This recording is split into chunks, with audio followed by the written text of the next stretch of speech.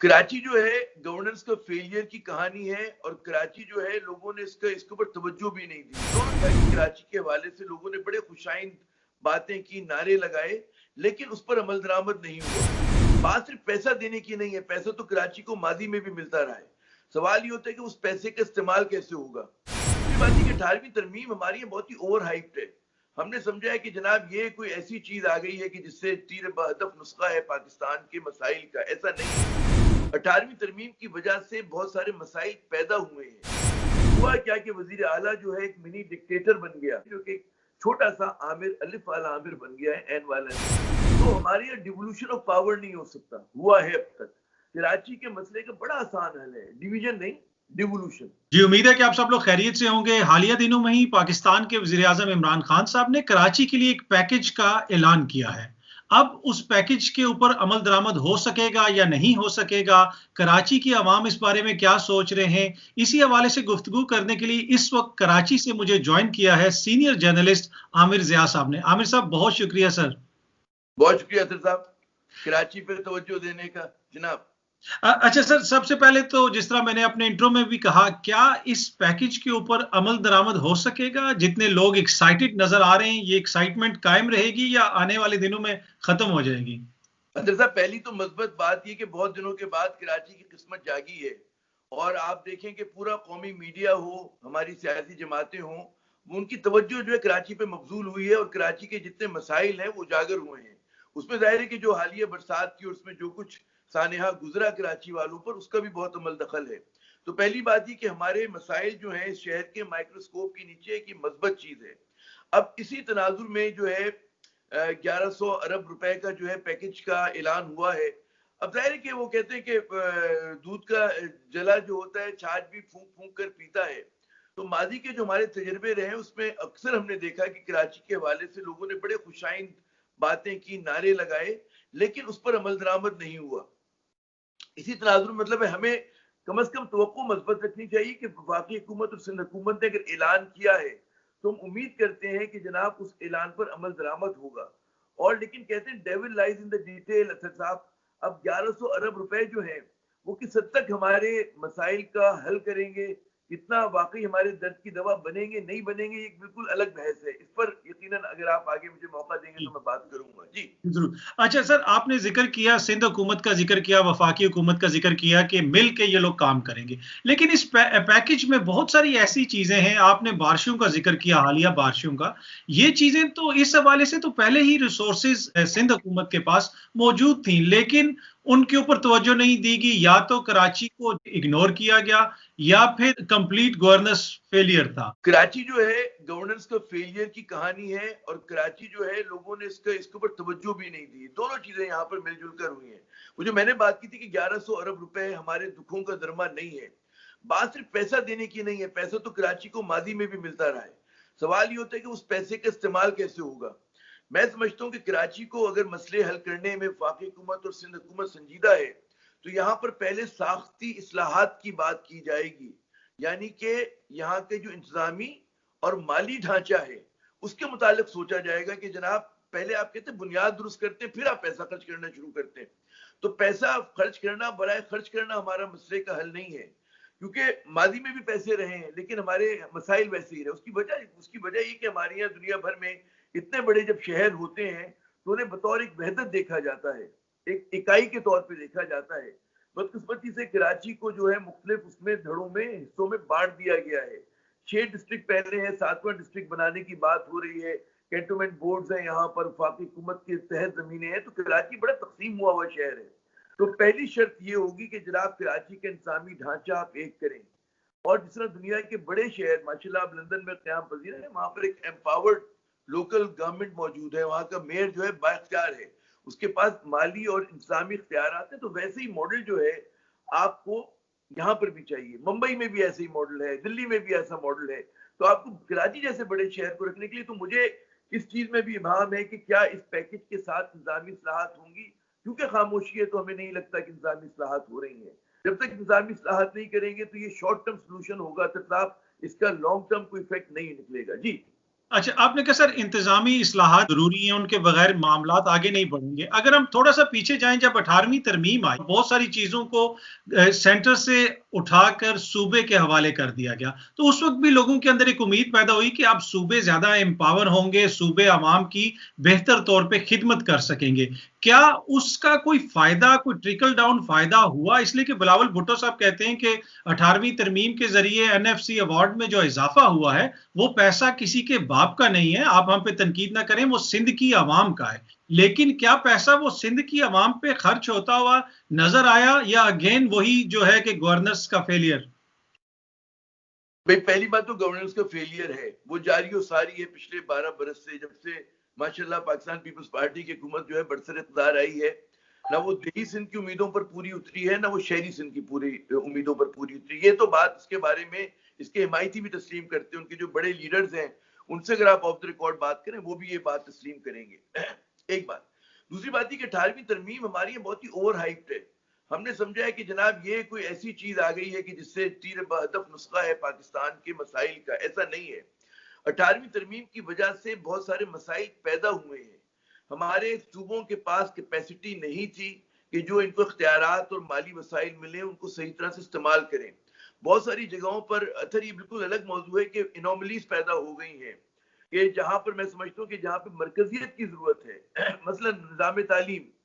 निजाम तालीम दुनिया भर में कौमों की वहदत की, उनको यूनिफाई करने के लिए भी होता है, ये भी उसका किरदार होता है। अगर आप उसको तकसीम कर देंगे जैसा कि कर दिया तो नुकसान होगा, तो हमारे यहाँ हुआ है उसका नुकसान। टूरिज्म इंडस्ट्री है, उसको आप तकसीम नहीं कर सकते। अच्छा, इसी तरह पेटेंट राइट्स हैं, उसी तरह और बहुत सारी चीजें हैं कि जो 18वीं तरमीम के तहत तकसीम कर दी गई, उनकी तकसीम करने की जरूरत नहीं थी। तो ये मैं फिर कहूंगा कि अलग मौजूद है, हम कराची से हट जाएंगे तो बहुत ज्यादा इसको ओवर हाइप किया गया है।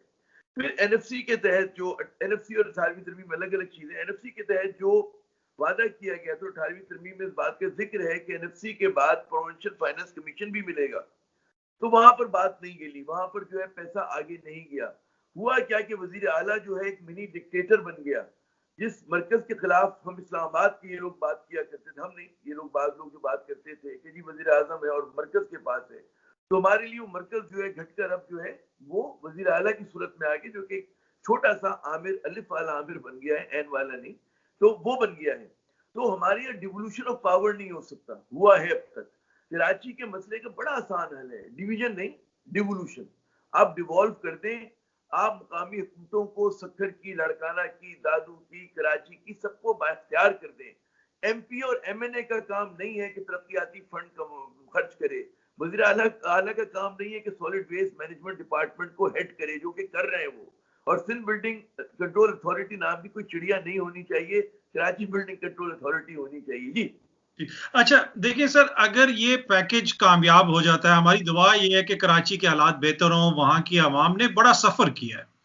अगर ये पैकेज कामयाब हो जाता है, जहां पे कराची की आवाम को फायदा होगा, वहां पाकिस्तान पीपल्स पार्टी को नुकसान होगा। इनकी नाअहली पर मोहर लग जाएगी कि इन लोगों ने 12 साल में, 15 साल में, 20 साल में कुछ नहीं किया, अब वफाकी हुकूमत आई और सारा क्रेडिट भी वो ले जाएंगे। तो खदशा अब ये है कि ये लोग उसके अंदर रुकावटें डालेंगे, और हमने देखा कि जो एडमिनिस्ट्रेटर का नाम सामने आया, वहीं से बदमजगी पैदा होनी शुरू हो गई। अच्छा, बात यह है कि अगर सियासी बालिगुल नजरी का सबूत दे पाकिस्तान पीपल्स पार्टी की क़यादत, तो इस तरह की, एक तो देखिए जैसे आपने भी बिलावल साहब का जुमला कोट किया कि जो उन्होंने कहा किसी बाप की का पैसा नहीं है, बात ये थी कि जो कौमी रहनुमा होते हैं बड़ा नाप तोल कर बात करते हैं, और उनकी बात में गुस्सा दिलाना नहीं होता, वो लोगों को जोड़ते हैं। तो मेरे ख्याल में एक तो अपना लबो लहजा जो है वो ठीक करने की जरूरत है, सिर्फ पीपल्स पार्टी की क़यादत को नहीं, हमारे यहाँ हर तरफ ये मर्ज पाया जाता है। हर सियासी जमात जो है वो बहुत ज्यादा कहते हैं गुस्सा दिलाने वाली बात करती है, जो कि मुनासिब नहीं है। दूसरी बात ये कि पीपल्स पार्टी सियासी बालिगुल नजरी का सबूत दे और इस पैकेज की ओनरशिप ले, मैं मजबूत बात कर रहा हूँ, तो इनको भी क्रेडिट जाएगा। इनके साथ मिलकर हमारी अवाम बड़ी मासूम है, उसकी याददाश्त कम होती है, तो लोग अगर इन्होंने 1-2 साल अच्छा काम कर दिया तो लोग दुआएं देंगे हम सब उनको, ठीक है ना। तो इनके पास अल्लाह मियां ने एक मौका फराहम किया है कि लोग मिलकर अच्छा काम कर सकें, लेकिन जिस खदशे का आपने इज़हार किया उसके भी कभी इम्कानात हैं। अगर खुदा ना खास्ता खातम बदहन ऐसा होता है तो उसका नुकसान कराची को भी है। कराची को नुकसान का मतलब है सूबे को नुकसान है, हमारे मतलब है मुल्क को नुकसान है। कि देखो कराची अगर अच्छा चलेगा, कराची जितना भी टैक्स जमा करता है कि कराची में अच्छी तरह से मैशत चल रही होगी, हम दुगना तिगना कर सकते हैं। पूरे सिंध को फायदा है, पूरे मुल्क को फायदा है। तो जरा सोच को वसी करें, डिवॉल्व करें पावर और लोगों को बाइख्तियार बनाएंगे। देखिए जमहूरियत जो है मेजॉरिटिज्म नहीं होता, जमहूरियत इंक्लूसिव होती है, शमूलियत का नाम है, तो लोगों को शामिल होने दें। ठीक। अच्छा सर, आखिरी सवाल आपसे करूंगा, थोड़ा सा टॉपिक से ये हट के है कि हम जनूबी पंजाब का सुनते हैं कि उसकी महरूमियों का जिक्र होता है कि पंजाब में उसको इग्नोर किया गया, लाहौर के ऊपर तवज्जो रहती है या दूसरे जो पंजाब के एरियाज हैं लाहौर के आसपास वहां पे तरक्याती काम होते रहे, जनूबी पंजाब को इग्नोर किया गया, इसलिए एक अलहदा सूबे की जरूरत है, जनूबी पंजाब सूबा बनाया जाए। दूसरी तरफ हम कराची को देखते हैं जो मौशी हब है, जिसकी आवाम सबसे ज्यादा टैक्सेस देते, लेकिन उसके बावजूद उस शहर का ये हाल है, वहां की महरूमियों का हाल हमने देख लिया हालिया बारिशों में। तो फिर जो लोग ये मुतालबा करते हैं कि कराची को अलहदा सूबा बनाओ, तो किस हद तक तो वो फिर जायज मुतालबा नहीं करते सर? देखिए ज़ाहिर लोगों को तकलीफ है तो शिद्दत पसंदाना नारे भी सामने आते हैं। हमें पता होना चाहिए कि सिंध में सूबा बनाने की बात जो बड़ा जज्बाती मसला है, और हमारी रियासत को इस वक्त लोगों के जज्बात भड़काने की जरूरत नहीं है, बल्कि जज्बात को ठंडा करने की जरूरत है। तो हम बगैर तकसीम किए भी, जो मैंने लफ्ज इस्तेमाल किया कि डिवॉल्व नॉट डिवाइड, आप ताकत डिवॉल्व कर दें, आपको तकसीम की जरूरत नहीं पड़ेगी। आप अगर लोगों को, हर शहर को, हर तहसील को, हर डिवीजन को बाख्तियार कर देते हैं तो मतलब है वहदत भी कायम रहती है और लोग खुश भी होते हैं। तो मेरे ख्याल में हम जैसे जो लोग हैं जो समझते हैं कि लोगों को जोड़ना चाहिए बजाय इसके कि तकसीम किया जाए। देखिए एक तजवीज तो ये है कि जो मौलाना ताहिरुल कादरी साहब कहा करते थे, मुझे अच्छी लगती थी वो बात, कि इस मुल्क में अगर 29 डिवीजन है, आप 29 सूबे बना दें, ठीक है, उनको बाख्तियार कर दें। तो एक तरकीब ये भी हो सकती है, क्योंकि मैं समझता हूँ कि लसानी बुनियादों पर सूबे नहीं बनने चाहिए, कोई इंसानी यूनिट नहीं बनना चाहिए। लेकिन क्योंकि हमारी ये जज्बाती और हसास मसला है और क़यादत को इस बात के इदराक भी है, और हम जैसे जो अहले कलम है, सहाफ़ी हैं, हम भी समझते हैं कि इन चीज़ों को नहीं छेड़ना चाहिए, तो इसका बड़ा आसान हल है कि इसमें किसी को नुकसान नहीं होगा सर साहब, कि अगर आप जो है बाख्तियार जो है लोकल बॉडीज कर दें, सिंध भी एक होगा इंशाल्लाह, ठीक है। और कोई ज़ाहिर है कि अगर आप बाख्तियार लोकल बॉडीज कर देंगे तो उसमें पाबंदी तो किसी पर नहीं किसी तरह की लगेगी। लोग अच्छा उसमें वो इख्तियारात जो है आप किसी लसानी गिरोह के लिए नहीं मांग रहे। कराची तो जब मिनी पाकिस्तान कहते हैं तो वाकई है, दुनिया का सबसे बड़ा पख्तून शहर है ये, पख्तून आबादी। यहाँ पे माशाल्लाह बहुत पंजाबी, यहाँ पे हमारे सिंधी भाई बहुत है, हमारे बलोच भाई बहुत है, सब लोग, सब कौमियतें हैं यहाँ पर, सब लसानी गिरोह हैं। और बस की छत पे सफर जब कोई करता है तो सबको तकलीफ होती है, उसमें कोई एक लसानी गिरोह मुतासर नहीं होता। तो लोगों को मसाइल की बुनियाद पर जुड़ना चाहिए, ना कि तकसीम होना चाहिए।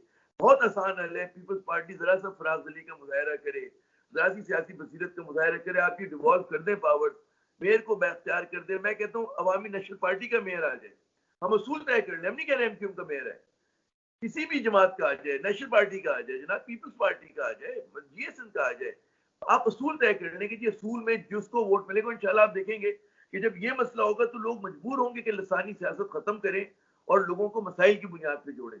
तो में ये पैगाम अगर जो जाए तो ज्यादा एक मजबूत और एक अच्छी बात होगी। जी आमिर साहब, थैंक यू सो मच, बहुत ही पॉजिटिव नोट पे आपने बात खत्म की। यकीनन मसाइल लोगों के अंदर नफरतें डालने से नहीं हल होंगे, तभी हल होंगे जब लोग साथ मिलके बैठेंगे और मिल बैठ के मसाइल को हल करेंगे। आमिर साहब बहुत बहुत शुक्रिया सर आपके टाइम का। बहुत शुक्रिया।